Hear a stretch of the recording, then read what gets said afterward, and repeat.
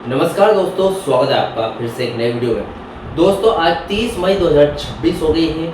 आज एक latest update निकल कर आई है जो कि पेंशन रिवीजन कोर्ट केस के बारे में है और 3 अगस्त से 4 अगस्त भूख हड़ताल के बारे में। हाँ तो दोस्तों आपने एकदम सही सुना, भूख हड़ताल भी होने वाली है क्योंकि जो सरकार है उन्होंने पेंशन रिवीजन और वेज रिवीजन का जो मुद्दा है इतना लंबा टाइम यानी कि इतने लंबे टाइम तक खींच दिया है कि मतलब लागू ही नहीं हो पा रहा है। तो इसकी वजह से क्या है, सरकार को बस एक ही चीज़ सामने आ रही है, भूख हड़ताल या फिर हड़तालें करना। ठीक है, यानी कि सरकार के पास एक ही चॉइस रह गई है, एक ही ऑप्शन बचा है बस कि हड़ताल करो, भूख हड़ताल करो, धरना प्रदर्शन करो। पेंशनर्स और कर्मचारी दोनों कंधे से कंधा मिलाकर एकता दिखाते हुए, यानी कि दोनों की जब एकता मिलेगी तो हड़ताल करना ज़रूरी है और दोनों एक साथ होंगे तो वेज रिवीजन और पेंशन रिवीजन जल्दी ही लागू हो जाएगा। तो ये दोनों अपडेट है, इसको देख लेते हैं। सबसे पहले चैनल पर नए तो सब्सक्राइब कर लेना। मेरा नाम है सुनील शर्मा। जानकारी यूजफुल लगे तो लाइक करके जरूर जाना। चले दोस्तों बढ़ाते हैं वीडियो को आगे।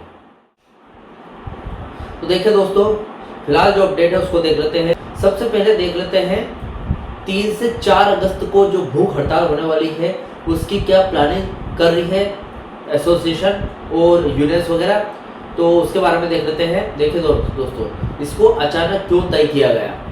आंदोलन का सबसे बड़ा रोड मैप ये है कि ऑल यूनियन एंड एसोसिएशन यानी कि एयूएपी और दूरसंचार मंच ने वेज रिवीजन यानी कि थर्ड पीआरसी और पेंशनर्स से जुड़े जो भी मुद्दे हैं उनको लेकर लंबा कैलेंडर बनाया है, यानी कि आज से लेकर 3 से 4 अगस्त तक का ये भूख हड़ताल उसका सबसे बड़ा कदम यानी कि एक अंतिम मंजिल। जून और जुलाई के आंदोलन जैसे कि 9 जून को एक ट्विटर कैंपेन रखा गया है, जैसे मैंने अभी बताया था। 22 जुलाई को एक मास लीव भी रखी गई है, यानी कि एक दिन के लिए छुट्टी मनाएंगे पूरे बीएसएनएल कर्मचारी।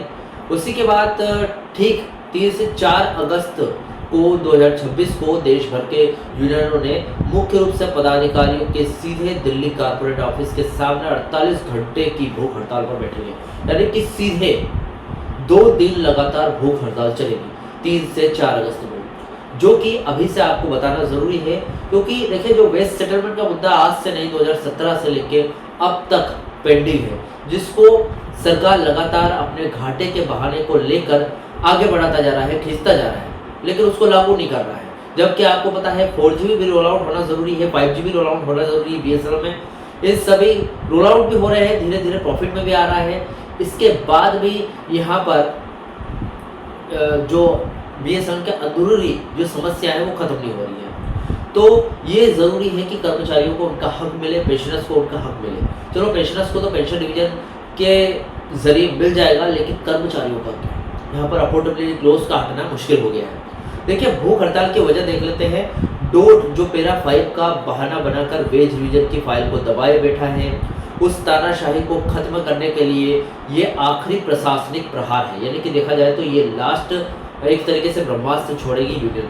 उसके बाद तो वेज रिवीजन को लागू ही करना पड़ेगा। इसके ठीक बाद संसद का मानसून सत्र शुरू होना है, जहां इस दौरान की इस आंदोलन की गूंज संसद के भीतर तक पहुंच जाएगी। ठीक है, तो जो संसद सत्र है वो जल्दी ही शुरू होने वाला है। 12 जून को संसद का घेराव करेगी यूनियन। देखते हैं 12 जून को ही है यहाँ पर, ये लेकिन तारीख बदलने का पूरा अनुमान है। देखते हैं क्या यहाँ पर तारीख तय करती है।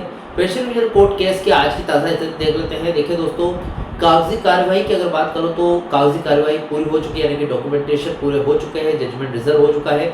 सभी को पता है पिछले 1 हफ्ते से जजमेंट रिजर्व है। दिल्ली हाई कोर्ट में दोनों पक्ष यानी कि पेंशन और डोट के दोनों पक्षों के बीच वकीलों की मौखिक बहस 21 मई को पूरी हो चुकी थी।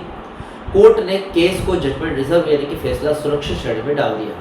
5 पेज का जो लिखित नोट जमा करवाना था उसकी बात करें तो जज साहब ने दोनों पक्षों को अपने केस का एक छोटा सा लिखित सारांश यानी कि रिटन सबमिशन जमा करने के लिए जो 1 हफ्ते का समय दिया था, वकीलों ने वो कापियां कोर्ट की रजिस्ट्री में जमा करवा दी है, यानी कि दर्ज करवा दिया है।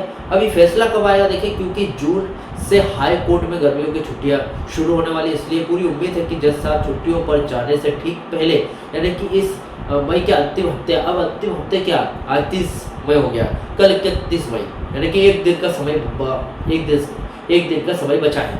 इन 24 घंटों में अगर जज साहब फैसला सुना देते तो ठीक है, नहीं तो जून की छुट्टियों के बाद 1 जुलाई से लेकर 15 जुलाई के बीच में यहाँ पर जजमेंट होगा। अभी देखा जाए तो इसी हफ्ते के आखिरी दिनों में या ज़्यादा हुआ तो जून के पहले हफ्ते में सीधे सप्लीमेंट्री कोर्स लिस्ट के जरिए अपना फाइनल लिखित आदेश सुना देंगे। जून के महीने में सप्लीमेंट्री कोर्स लिस्ट में ये फैसला डल तो जाएगा, लेकिन फैसला नहीं सुना पाएंगे क्योंकि जून में छुट्टियाँ चलेंगी। अभी देखिए सबसे बड़ा सवाल आता है इन सबको लेकर, क्या कोर्ट केस जीतने के बाद सरकार 7 CPC के सारे लाभ देगी? देखिए दोस्तों, डिपेंड करता है वो सरकार पर। देखिए सबसे पहले तो हाँ, अगर फैसला सकारात्मक आता है जो पेंशनर्स के पक्ष में आता है तो सरकार को 7 CPC के सारे लाभ यानी कि पेंशन रिवाइज करनी पड़ेगी, लेकिन इसके साथ एक तकनीकी पेज भी है जिसे समझना जरूरी है, जो कि है 2.57 फिटमेंट फैक्टर फॉर्मूले के आधार पर। उसका लाभ अगर देखें तो हमारे वकील, पेंशनर्स के वकील ने कोर्ट में रूल 37A का हवाला देकर साफ साबित किया था कि बीएसएफ पेंशनर्स की पेंशन सीधे भारत सरकार के संचित निधि यानी कि कंसोलिडेटेड फंड ऑफ इंडिया से आती है, इसलिए उनके वर्किंग स्टाफ के घाटे के से कोई संबंध नहीं है। कोर्ट अगर इस दलील को मानकर डीलिंकिंग का आदेश देता है तो पेंशनर्स को केंद्रीय कर्मचारियों की तर्ज पर 7 CPC के 2.57 फिटमेंट फैक्टर के आधार पर 1/1/2016 से पेंशन रिवीजन करने का लाभ मिलेगा। ठीक है, पूरा लाभ मिलेगा जो कि केंद्रीय कर्मचारियों को मिला था 2016 में। सारे लाभ मिलेंगे या फिर सिर्फ पेंशन इंक्रीमेंट होगा? देखिए दोस्तों, यहाँ पर केस पेंशन और उससे जुड़े हुए भत्ते जैसे डीआर के रिवीजन का है। ठीक है, केंद्रीय कर्मचारियों को मिलने वाले अन्य भत्ते जैसे CGHS चिकित्सा सुविधा एडवांस या फिर अन्य केंद्रीय कोटे के भत्ते पूरी तरीके से लागू होंगे या नहीं, ये कोर्ट के अंतिम आदेश वर्डिंग लिखित शब्दों पर निर्भर करेगा, यानी कि कोर्ट ही इसका आदेश देगी। लेकिन मूल पेंशन 7 CPC के फॉर्मूले पर ही बढ़ेगी, 99% पक्का है। सरकार की अगली चाल और फिलहाल पेंशनर्स के काउंटर प्लान की अगर बात करूं तो सरकार इस फैसले को लटकाने के लिए सुप्रीम कोर्ट भागने की कोशिश कर सकती है, क्योंकि इस फैसले से सरकारी खजाने पर करीब 16,938 करोड़ रुपए का वित्तीय बोझ आएगा। लेकिन पेंशनर्स एसोसिएशन इसके लिए तैयार है। जीत मिलते ही तुरंत सुप्रीम कोर्ट में केवियट दाखिल करी जाएगी ताकि सरकार कोई स्टे ऑर्डर न लगा सके। दोस्तों फिलहाल पेंशनर्स कोर्ट केस के बारे में मैंने पूरी अपडेट दे दी है। भूख हड़ताल क्यों हो रही है, कब हो रही है, कितनी तारीख को होगी, कब से कब तक होगी, 2 दिन क्यों हो रही है, सभी को पता है। मैंने पूरी जानकारी इस वीडियो में आपको प्रोवाइड करवाई है। फिलहाल दोस्तों इस वीडियो से रिलेटेड जो भी आपके डाउट क्वेश्चन वगैरह हो तो मुझे कमेंट कर सकते हैं। वीडियो अच्छा लगा तो वीडियो को लाइक कमेंट शेयर जरूर करें। मिलते हैं दोस्तों नेक्स्ट वीडियो में। सी यू सून।